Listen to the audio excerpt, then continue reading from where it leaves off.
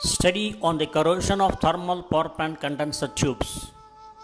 Lecture by Dr.G.Subramanian, Chief Scientist Retired, CSIR, Central Electrochemical Research Institute.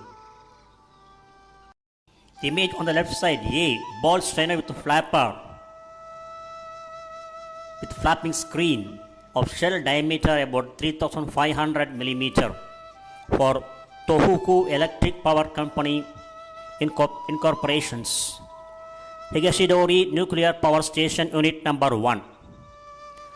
And the image on the right side, B, large capacity ball strainer of shell diameter 4400 mm for Hokuriku Electric Power Company's Shika Nuclear Power Station Unit Number 2. Hitachi is unique in being the only domestic Japanese company that manufactures its own condenser tube cleaning systems, and many of which are up and running at thermal and nuclear power plants in Japan and around the world. The aim of this investigation is to study kinds of corrosion mechanisms in thermal power plant condenser tubes. Annual damages due to corrosion are much cost for replacement and repairing metallic equipment and installations in electric power industry. Because of existence of different contaminants in water and steam cycle, condenser tube surfaces are exposed to corrosion.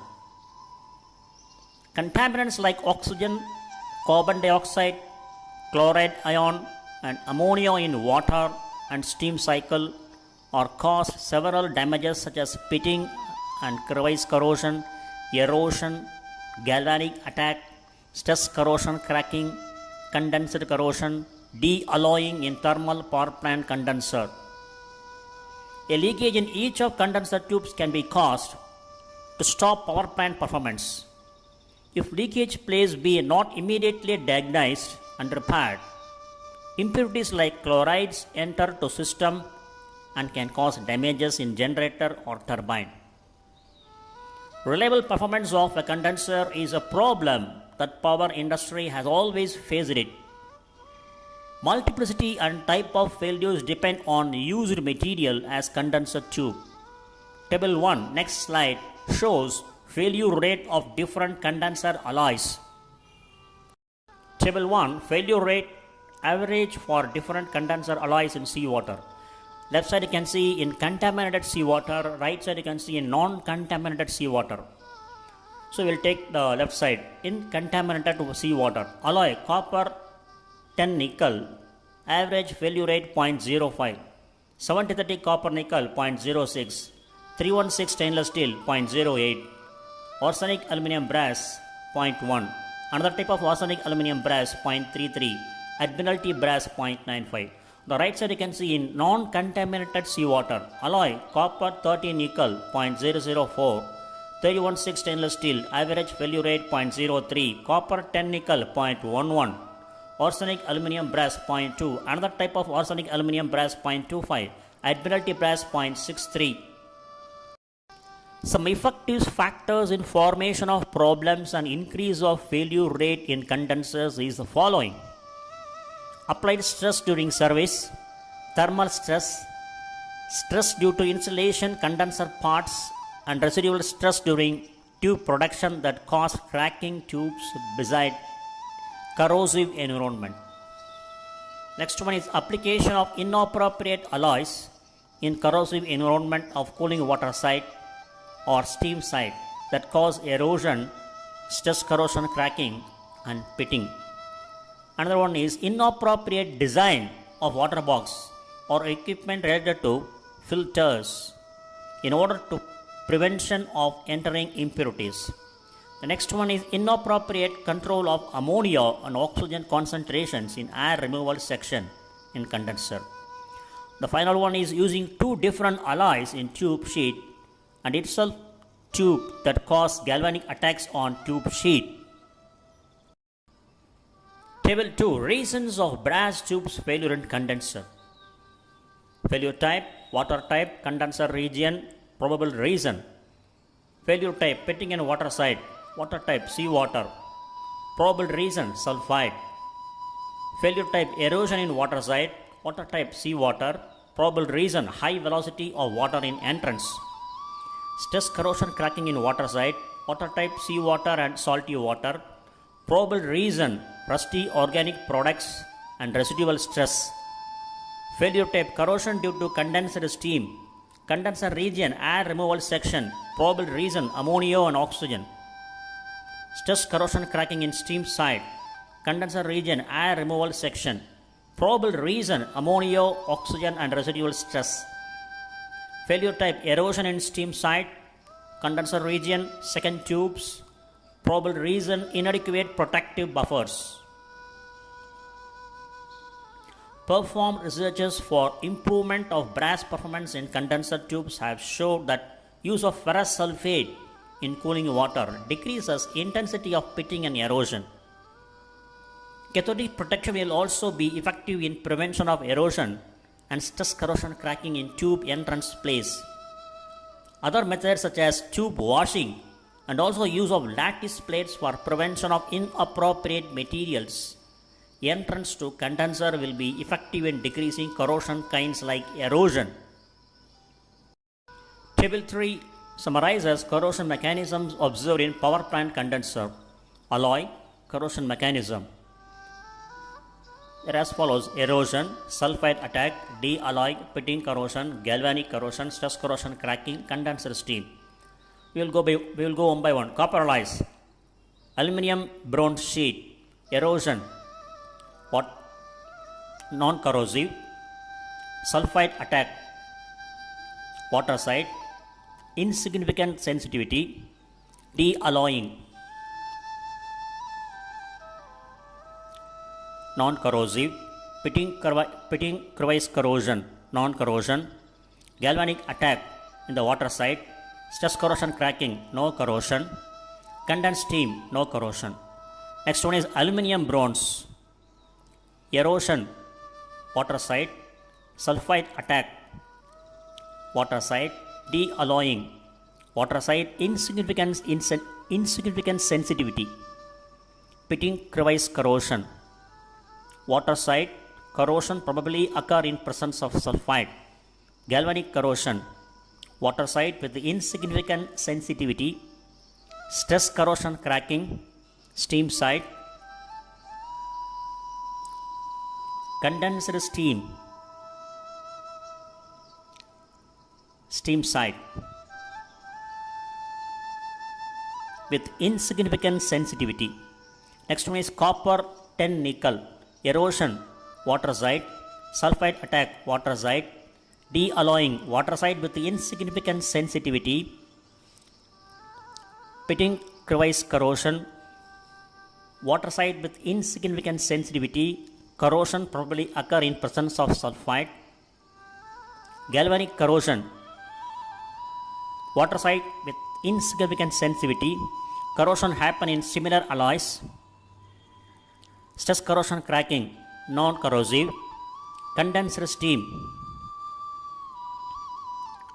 steam side with insignificant sensitivity. Next alloy is copper 30 nickel, erosion, water side, sulfide attack, water side, de-alloying, water side with insignificant sensitivity, de-alloying.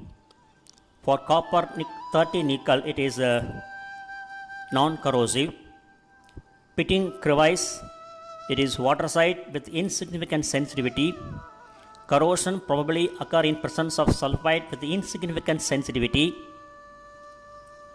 and galvanic corrosion, water side with insignificant sensitivity and corrosion happen in similar alloys, stress corrosion cracking, non-corrosive, condenser steam, it is steam side with the insignificant sensitivity. Next alloy is aluminum brass, erosion, water side, sulfide attack, water side, de-alloying, water side with the insignificant sensitivity, pitting crevice corrosion, water side, and corrosion probably occur in presence of sulfide with insignificant sensitivity. Galvanic attack, water side. Stress corrosion cracking, water side and steam side. Condenser steam side. Next one is Admiralty Gamma brass. Erosion, water side. Sulfide attack, water side. De-alloying, water side with insignificant sensitivity. Pitting crevice, water side. Corrosion probably occur in presence of sulfide with insignificant sensitivity. Galvanic attack, water side. Stress corrosion cracking, both water and steam side. Condenser steam, only in steam side. Next series of alloys, stainless steel series, AISI 304. Erosion, non-corrosive. Sulfide attack, no corrosion. De-alloying, no corrosion. Pitting crevice in the water side. Galvanic, non-corrosive. In seawater or high conductive water in the vicinity of copper and ferrous alloy with insignificant sensitivity. Stress corrosion cracking, non-corrosive. Condenser steam, non-corrosive. Next series is aluminum AI6X stainless alloy. Erosion, non-corrosive. Sulfide attack, non-corrosive. De-alloying, non-corrosive. Pitting crevice corrosion, water side with insignificant sensitivity. Galvanic attack, galvanic corrosion, non-corrosive. In seawater or high conductive water in the vicinity of copper and ferrous alloys with insignificant sensitivity. Stress corrosion cracking, non-corrosive. Condenser steam, non-corrosive. Next alloy, stainless alloy is A1294C. Erosion, non-corrosive. Sulfide attack, non-corrosive. De-alloying, non-corrosive. Pitting crevice corrosion, non-corrosive. Galvanic attack, non-corrosive. In seawater or high conductive water in the vicinity of copper and ferrous alloys with insignificant sensitivity. Stress corrosion cracking, water side with insignificant sensitivity. Condenser steam, non-corrosive. Final one is secure. Erosion, non-corrosive. Sulfide attack, non-corrosive. De-alloying, non-corrosive. Pitting crevice corrosion, water side with insignificant sensitivity. And only in alloys with 25% and 30% molybdenum with insignificant sensitivity. Galvanic attack, galvanic corrosion, non-corrosive, with corrosion probably occur in seawater or high conductive water in the vicinity of copper ferrous alloy with insignificant sensitivity. Stress corrosion cracking, water side with insignificant sensitivity. Condenser steam, non-corrosive. Next type of alloy is titanium. Commercial pure titanium. Erosion, no corrosion. Sulfide attack, non-corrosive. De-alloying, non-corrosive. Pitting crevice corrosion, non-corrosive. Galvanic corrosion, non-corrosive. In seawater or high conductive water in the vicinity of copper and ferrous alloys with insignificant sensitivity. Stress corrosion cracking, non-corrosive. Condenser steam, non-corrosive.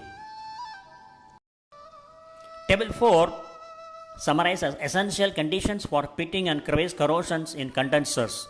Materials, corrosion occurrence cause. Because of copper-based alloys, it is precipitation, snow washing, low velocity, sea organisms, that is marine fouling organisms, deposition, decomposition, high heat. Stainless steel, I think for both copper-based alloys and stainless steel, it is precipitation, snow washing, low velocity, sea organisms decomposition, that is fouling organisms decomposition, high heat, low velocity, precipitation, snow washing, no water flow, sulfide strings. Next alloy material is stainless steel with high quality in seawater. Cause of corrosion is overheat. Next material is titanium. Cause of corrosion is overheat. Pitting and crevice corrosions happen in every region that damager factors contact with the tube. with attention to gathering place of mud and precipitations. Corrosion usually is done in lower region of internal surface of tube. On the other hand, corrosion is possible in throughout tube under grade external materials. If tubes, sheets and water boxes are protected by cathodic protection, pitting occurs in central region of tube where cathodic protection efficiency is low or zero. Erosion in water side. There are many forms of erosion in condensers and heat exchangers, but horseshoe impingement attacks and local impingement attacks are most prevalent types in steam condensers. Horseshoe impingement attacks are created due to disturbance especially near the tube entrance. So, air bubbles and sand particles in water intense corrosion attacks. This type of erosion is prevalent in copper-based alloys, especially brasses. Copper-nickel alloys with the iron or chromium, stainless steels and titanium are resistant against these types of attacks. Different factors interfere in erosion corrosion such as fluid flow disturbance, specifications of passive layer form on alloy surface, corrosive materials like sulfides, galvanic effects, sand or air particles and external particles in tubes. The most important factor among mentioned factors is role of erosion hydrodynamic and selection of various resistant alloys against this corrosion. This table summarizes erosion in water side, tube materials, prevention methods of corrosion. Copper-based alloys. Prevention methods are cleaning tube, use of optimum velocity for water, sprinkle of water in tubes during long stop, automatic cleaning, non-use of contaminated water, injection of chloride, use of ferrous sulfate, use of resistant materials. Next tube material is stainless steels. Prevention methods, cleaning tube, washing tubes by fresh water during long stop, automatic cleaning, cathodic protection, use of resistant materials, prevention of precipitation formation. Next material, high quality steels. Prevention methods are prevention of overheating of tubes. Next material is titanium. Prevention methods are prevention of overheating of tubes. Since corrosion often is related to precipitation formation, both groups of copper alloys and stainless steel should be cleaned. This job is done by velocities optimization, automatic cleaning, water flowing and drying during long stop. Figure 1 shows defective corrosion attacks due to erosion in water side related to a thermal power plant. The white arrow depicts the corrosion attacks due to erosion in water side. General reduction of metal has demonstrated in figure 2. Horseshoe formed due to water flow. The arrow, both arrows, white and yellow arrow shows different types of horseshoe forms of erosion. Prevention methods of erosion corrosion are including use of more resistant alloys, use of inhibitors continuously or alternatively, again design of water box or equipments related to filters in order to prevention of external particles entrance, installation of fixed vanes in order to decrease of disturbance in entrance, washing continuously tubes in order to removal of particles. Galvanic corrosion in water side. Tubes, sheets and water boxes of condensers are usually manufactured with different materials that have various corrosion potentials. While these materials expose seawater, a galvanic cell is formed and active metal is corroded, but noble metal is protected. Potential difference between active and noble metals cause to create a galvanic corrosion current that accompanies galvanic corrosion. Few failures related to galvanic corrosion have been reported in condensers. Its reason is probably use of compatible alloys for tube and sheet. In a condenser with cast iron water box that used for cooling seawater, at first a graphite layer is produced on cast iron surface by iron selective corrosion. So graphite creates intensive galvanic corrosion on tube sheets and end of tubes which have been manufactured by copper-based alloys. In this type of corrosion attacks, at first tube sheet's wall is more noble than cast iron water box and is protected by achieved couple, but because of potential often increases with graphite growth, water box becomes more noble than tube sheets and consequently galvanic attacks will occur. Figure 3 at the bottom left side shows internal section of copper nickel 10 nickel tube that has been separated from central section of a tube in second pass of a condenser. You can see figure 3 depicts you pits created in water side region of a condenser tube. The white arrow shows you the crater, the pits, the water side region of a condenser tube. Also, external section of the same photo has been demonstrated in figure 4. Figure 4, pits created in steam side region in a condenser tube. The blue arrow depicts you the crater pits. As it is observed, a non-rule pit has been created near contact place of tube and sheet. It is obvious that tube temperature in contact region with sheet is more than its near region. Hot tube in sheet will cause to establish a thermogalvanic cell with its neighboring cooling tube and will create damages in hot region. Next type of corrosion is de-alloying in water side. One of the most prevalent de-alloying in selective separation of zinc in brass alloys. This is also in copper, nickel and copper aluminum alloys. A graphite layer creates iron cast iron by de-alloying. A graphite layer creates in cast iron by de-alloying. But stainless steels and titanium in condensers are not sensitive against this type of corrosion, de-alloying. Occurrence of de-alloying in copper-based alloys severely depends on the presence of alloying elements Copper zinc alloys are sensitive against de-alloying failure, but copper nickel alloys are more resistant. Arsenic, antimony and phosphorus elements can be used as inhibitor in copper zinc alloys for de-alloying prevention. Figure 5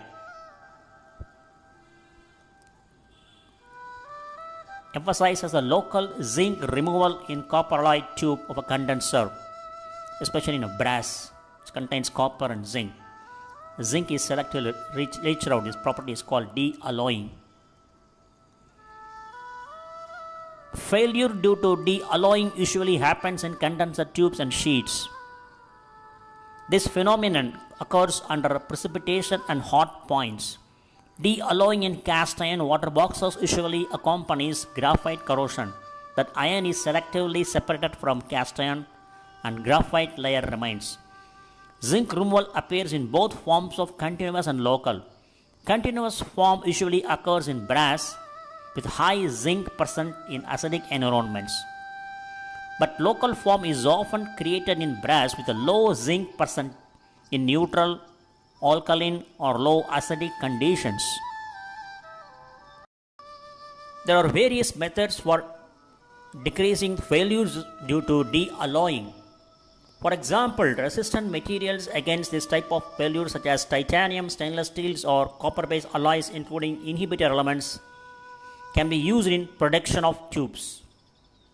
If de-alloying problem happens in condenser tube, failure rate can be decreased by tube repeated washing and not storing in humid environment.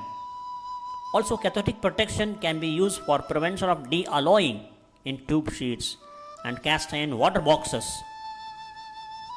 Next one is stress corrosion cracking in water and steam sites.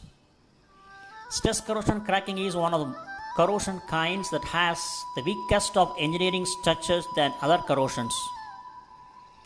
Stress corrosion cracking happens due to contemporaneous presence of tensile stress and a corrosive environment. Factors such as temperature, solution composition, metal composition, and alloy microstructure can affect on stress corrosion cracking. SEC of copper alloys in ammonia solutions cause damages in tubes and leakages in air-cooled region in condensers. Great percentage of damages in admiralty brass tubes of condensers that be cooled by fresh water has been due to stress corrosion cracking. Two factors provide essential conditions for occurrence of stress corrosion cracking in air-cooled region of condenser tubes. What are they? They are as mentioned below. First is corrosive solution including ammonia and oxygen solved in water. And second is tensile stresses in copper alloy surfaces. Under this condition, ductile alloy cracks in brittle form. Cracks created in wall cause damage or leakage in the tube. Essential tensile stresses for this type of corrosion usually are found near region of tube sheets. Copper alloys used in condenser tubes have wide range and many of them are sensitive against stress corrosion cracking in ammonia solutions. Many failures that be observed in figure 6, the next slide, have happened during some months. External surface of tube has smooth appearance without corrosion and has been covered by thin layer of precipitation.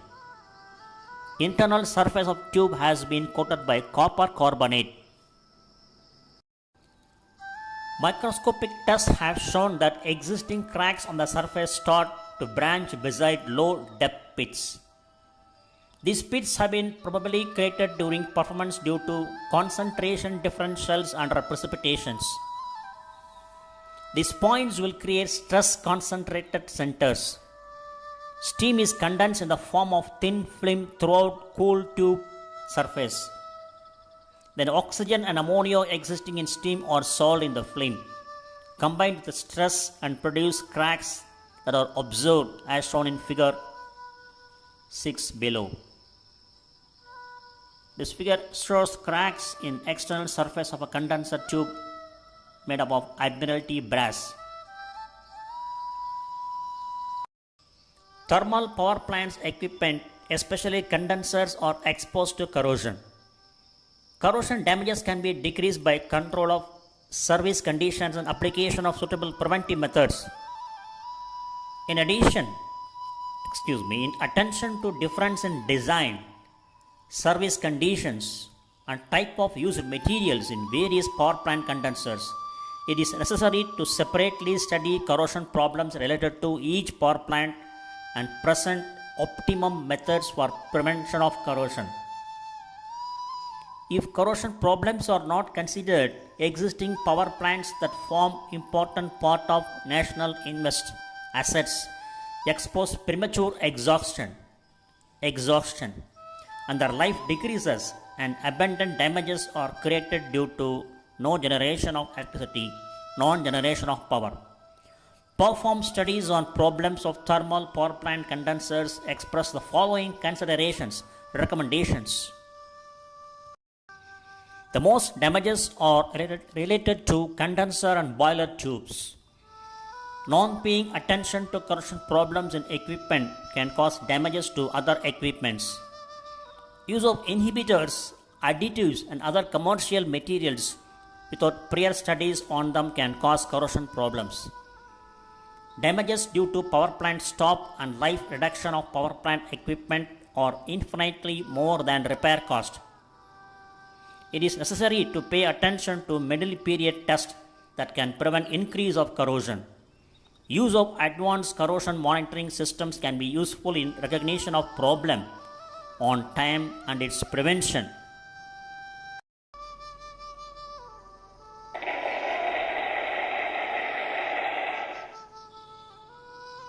Thank you very much for listening and watching this video.